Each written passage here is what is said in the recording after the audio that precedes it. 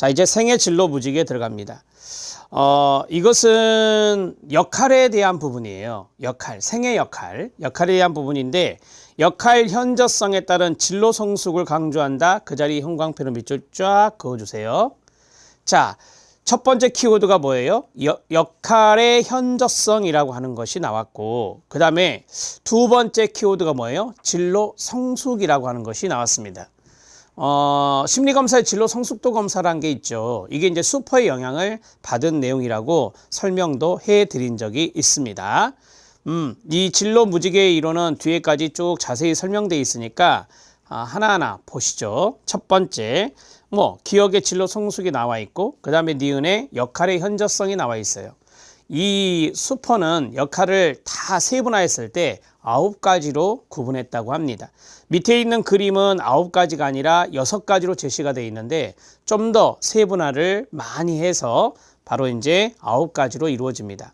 예를 들어서 남편은 가장, 아내는 주부. 이게 이제 또 들어가면은 세분화가 되는 거예요. 그러니까 거기 밑에 보면 부모, 배우자가 있잖아요. 부모, 배우자 역할 외에도 가장으로서, 주부로서 역할이 있겠죠. 그 다음에 이제 노년에 연금을 받는 분들이 있을 거 아니에요. 연금 생활자라고 하는데 그런 것이 들어가면 9가지가 될 수도 있습니다. 자, 하나씩 보죠. 진로 성숙입니다. 삶의 주요 단계가 있습니다. 아래에 보면 각 주에 꼭 외워야 되는 게 나와요. 그게 이제 우리 시험에도 잘 거론되는 성탐 확률세입니다. 제가 앞에서 그랬죠. 연속적 과정으로 간다라고 말씀을 드렸잖아요. 그래서 이건 좀 더 구체적으로 보고 각 주를 보면 성장기, 탐색기, 확립기, 유지기, 쇠퇴기. 그래서 성탐 확률세 이렇게 하면 되고요.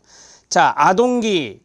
여기가 이제 아동기가 되고 여기가 청소년기가 되고 여기가 청년기가 되고 중년기, 노년기가 되거든요. 그 순서는 좀 기억하실 수 있을 것 같고요. 자, 위로 올라가면 주요 삶의 단계가 바로 이거라는 거예요. 대략적인 나이를 보여주며 연령도 뒤에 나옵니다. 미래 역할의 중심을 두어야 할 것을 파악하고 그것을 계획하는 데 도움이 된다라고 했어요. 그러니까 예를 들어서 여러분들이 지금 여기 확립기에 해당된다라고 청년기니까 확립기에 해당된다라고 한다면 내가 조금 있으면 유지기에 들어가야 되구나. 중년기 유지기에 들어가야 되구나 라는 것을 미래라고 하잖아요. 그 미래에 대한 것을 이제 조금 계획하는 데 도움을 주는 것이 바로 이 생애진로 무지개 이론이다. 진로 성숙적인 측면을 알 수 있다라고 하는 거고요. 역할의 현저성입니다. 사람들에 의해서 수행되는 역할이 있어요. 여러분들은 지금 무슨 역할입니까? 학생이라고 봐야 되겠죠. 공부하시니까 학생이라고 봐야 되는데 우리가 보통 학생 하면은 대학교까지를 이야기해요. 대학교까지를 이야기하죠. 근데 여러분들이 지금 직업이 없잖아요. 그건 직업인은 아니거든요. 그래서 수험생의 역할 이런 것을 이제 슈퍼가 말하지는 않았지만 학생의 역할의 어떤 연장선상에 있다라고 볼 수가 있겠습니다. 시민, 자녀, 학생, 직업인, 배우자, 부모와 직위의 배열이다. 이게 바로 역할의 현저성이라고 이야기할 수 있어요. 역할이란 단어만 좀 기억해 놓으시면 돼요. 자, 생애 무지개란 밑에 봅니다. 삶을 살면서 부여받은 미션, 사명이라고 하죠. 미션들을 시작 나이와 끝 나이로 정리한 그래프가 됩니다.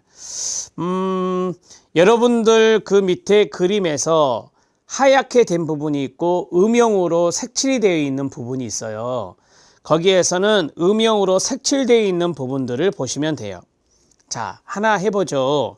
부모가 맨 끝 이쪽에 있잖아요. 자, 부모를 보면 이 부모는 대개 이제 결혼하고 나서 아이를 출산했을 때 부모가 되는 거예요. 그래서 거기 위에 숫자가 쫙 있는데 그 숫자가 연령이에요. 그래서 30세 정도 돼 있죠. 30세부터 쭉 돌아가실 때까지 부모 역할을 하는 거예요. 자, 그 다음에 하나 더 해볼까요? 자녀 해볼까요? 자녀? 맨 끝에 오른쪽 끝에 있는 자녀. 자녀를 보면 태어나면서부터 자녀가 되는 거잖아요. 그죠? 그래서 음영이 첫 번째부터 쫙 들어가서 보시면 55세까지 돼 있어요. 대략 55세까지. 자, 부모님이 돌아가시는 나이를 이제 생각해서 55세 정도면 자녀 역할이 끝난다 라고 하는 것을 이야기하는 것입니다. 부모님이 돌아가시면 자녀로서의 역할은 없어지는 거니까 이렇게 생각하시면 되겠죠. 이해되시죠, 여러분? 네. 하나 더 해볼까요? 학생 해볼까요? 학생. 아까 말씀드렸던 학생. 학생은 자녀 바로 옆에 있잖아요. 그래서 이거는 음영으로 안 나눠줬어요. 이렇게 나눠져 있잖아요. 그래서 그 두 번째 나누어진 걸 보면 20대 정도 되잖아요. 그게 이제 대학생이라는 거죠. 그래서 되게 이제 학생이라고 하는 것은 아시는 대로 학생은 초등학생부터서 우리가 되게 학생이라 하잖아요. 그래서 거기 보면 한 9살 10세 좀 더 아래로 그렸어야 되는데 10세 좀 아래로 7살, 8살, 9살 이렇게 이제 초등학생, 중학생, 고등학생, 대학생 여기까지 우리가 보통 학생이라고 하는 것이니까요. 자, 거기는 음영이 돼 있지 않고 이렇게 칸으로 나누어져 있어서 설명을 좀 해드렸습니다. 자, 이해되시죠? 이 그림을 이제 볼 줄 아셔야 되니까 그림에 대해서 설명을 해드렸고요.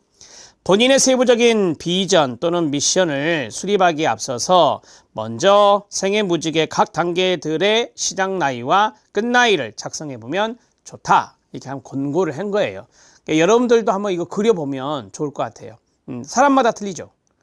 사람마다 틀립니다. 언제 결혼했냐? 다 틀립니다. 이해되시죠? 만약에 자녀가 없다 그러면 부모 역할은 없는 거잖아요. 그렇죠? 그래서 이런 것들이 개인차 심리학에 해당될 수 있다라고 보시면 됩니다. 밑에 생애무직의 단계를 보면 시민이 있습니다. 시민의 역할도 있어요. 시민의 역할. 시민의 역할은요. 제가 이제 여러분들이나 제가 국적을 취득하고 태어나면 시민권을 갖게 되잖아요. 그래서 시민은 태어나면서부터 죽을 때까지 부여되는 미션에 해당될 수 있습니다. 역할이요. 그 다음에 자녀는 태어나면서부터 부여가 된다. 그래서 앞에서 55세 정도까지로 봤었죠. 학생, 긴 인생에 있어서 잠깐 부여되지만 중요한 미션에 해당되죠. 이때 이제 주로 학습이 많이 이루어지는 거니까. 그 다음에 직업인은 개인의 인생에 있어서 반드시 필요한 미션이라고 할 수 있어요. 직업 없이 살다가 가면 좀 그렇죠. 그래서 반드시 필요한 부분이다. 이렇게 이야기하고 있고요. 자, 위에서 이제 직업인에 해당되는 것도 있으니까 한번 보시죠. 그 다음에 배우자가 있습니다. 개인에 따라 큰 차이가 있죠. 결혼 안 하면 배우자가 없죠. 당연히. 그래서 차이가 있는 거고, 부모도 마찬가지입니다. 개인의 선택에 따라 부여될 수도 있다. 내가 자녀를 출산하고 싶다 그러면 출산하면은 부모가 되는 거고, 자녀가 없으면 이제 이 부모 역할은 없을 수도 있는 미션이 되겠습니다. 이해되시죠? 네. 자, 이제 공무원 시험 기출 적용을 봅니다. 그 자리 별표 하나. 생애진로 무지개 이론이 나왔어요. 이거 나중에 또 나오니까 또 설명할게요. 생애진로 무지개 이론. 자, 이 진로라는 단어가 들어가 있어요. 그죠? 첫 번째, 진로 성숙에 대한 부분이 중요하다 말씀드렸고요. 두 번째, 이 무지개 모양을 쭉 보셨잖아요. 이렇게. 그 무지개 안에 음영으로 되어 있는 부분이 뭐였죠? 역할이었잖아요. 역할. 그래서 역할의 현저성을 이야기하는 건데요. 역할의 현저성을 세부적으로 나오면 9개의 역할이 있다 또는 미션이 있다 라고 말하는 거예요. 이걸 이제 미션이라고 이야기했던 거니까 진로 성숙에 해당되는 부분, 발달 단계마다 진로 성숙에 대한 부분들을 고려 안 할 수가 없습니다. 그래서 진로 성숙에 대한 부분이 중요한 부분이다 라고 말씀을 드렸죠. 자, 역할의 현저성에 따른 진로 성숙을 강조한다. 앞에서 말씀드렸고, 생애진로 무지개 모형은 한 개인의 생애 주기에 따라서 나타나는 주요 역할의 변화를 보여주는 것입니다. 자, 진로발달 과정 수퍼는 개인의 진로발달 과정을 자기 실현 또는 자아 실현해도 되고요. 생애발달의 과정으로 보고 여러 가지 생활 영역에 있어서의 진로발달 나타내는 생애진로 무지개를 제시했습니다. 진로 성숙의 동그라미 1, 역할의 중요성, 그게 바로 역할의 현저성과 같은 말이에요. 동그라미 2, 이것을 강조했습니다. 진로 성숙이 나오죠. 주요 삶의 단계와 대략적인 나이를 보여줍니다. 미래 역할에 중심을 둬야 할 것을 파악하고 그것을 계획하는 데 도움이 된다라고 했어요. 중년기는 중년기대로의 진로 성숙도가 나와야 돼요. 청년기 때는 청년기 나름대로의 진로 성숙도가 나와야 됩니다. 이런 것들을 파악하는 데 도움이 되는 것이 바로 이 생애진로 무지개다라고 보시면 되고요. 역할의 현저성, 거기 별표 하나. 밑줄 친 부분이 시험 포인트예요. 그래서 밑줄 친 부분은 공무원 기출정형의 밑줄 친 부분 무조건 별표 치고 들어가셔요. 자, 사람들에 의해 수행되는 역할의 배열인데 한 개인의 주요 역할로서 자녀, 학생, 여가인, 활동인이라고 하는데요. 그 다음에 시민, 직업인, 배우자, 부모, 가사 담당자 이런 것들이 있습니다. 5번째 별표. 제가 앞에서 9가지라고 말씀드린 게 바로 이건데요. 세부적으로 9가지 역할을 구분하고 있습니다. 일생 동안 9가지 역할 같이 한번 읽어볼까요? 시작. 아동 또는 자녀, 그 다음에 학생, 그 다음에 여가인 또는 활동인, 그 다음 일반 시민, 그 다음 근로자, 직업인을 말하고요. 계속 가정, 주부, 부모, 연금 생활자 이런 것들에게 들어갈 수 있습니다. 자, 여기에서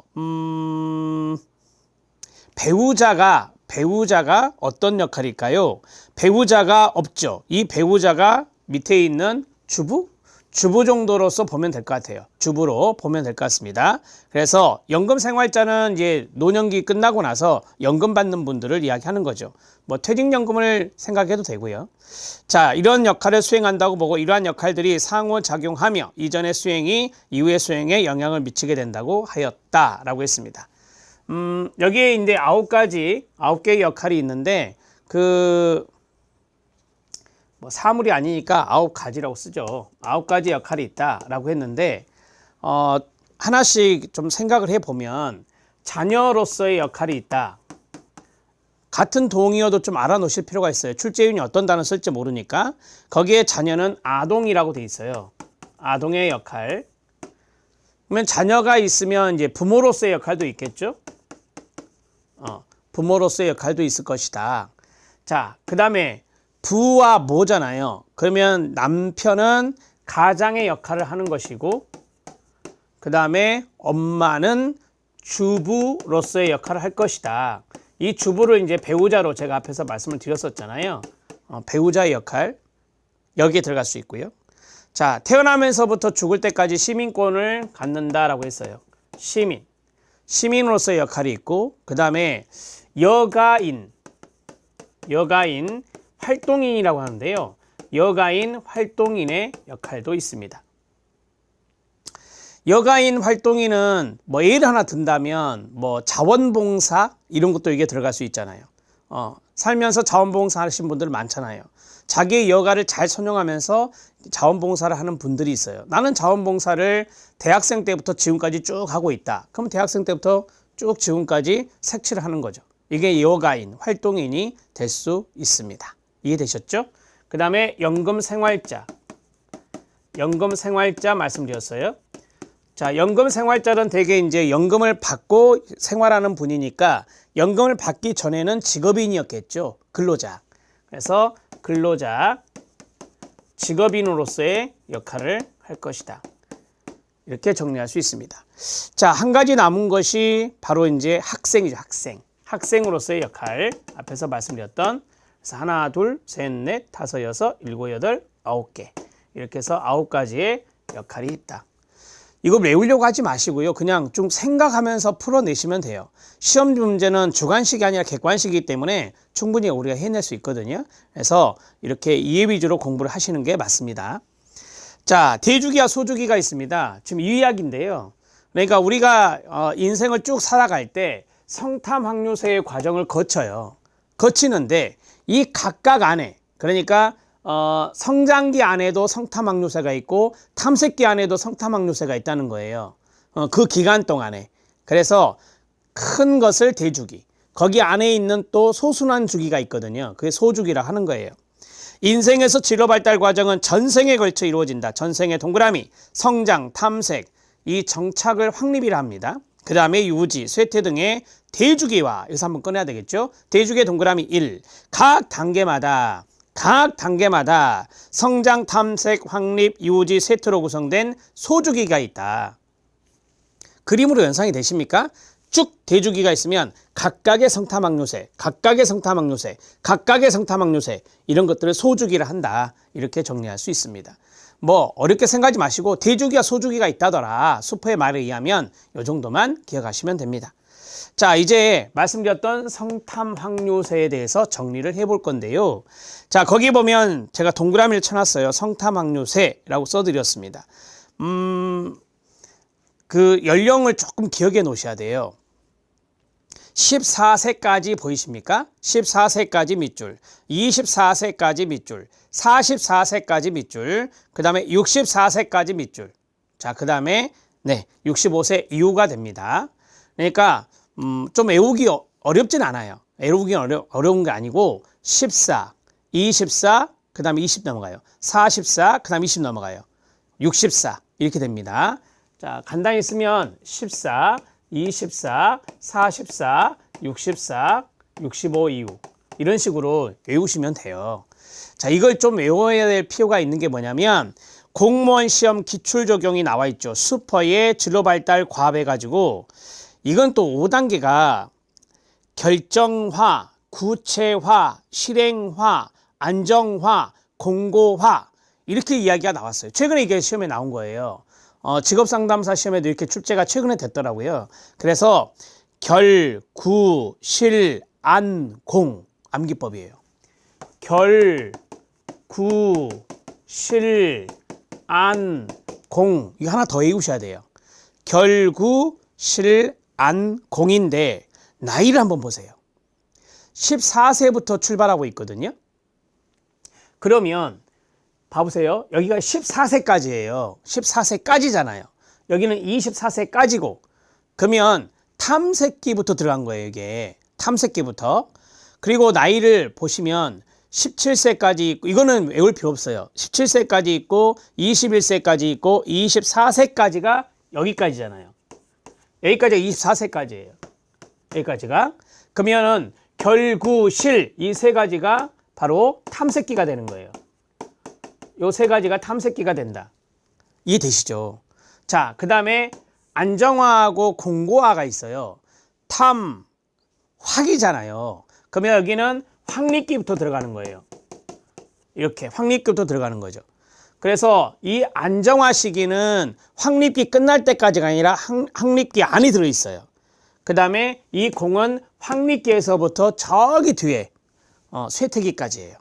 여기는 확립기 일부에서부터 쇠퇴기까지 이런 식으로 이제 5단계로 나눈 것이 최근에 출제가 됐어요.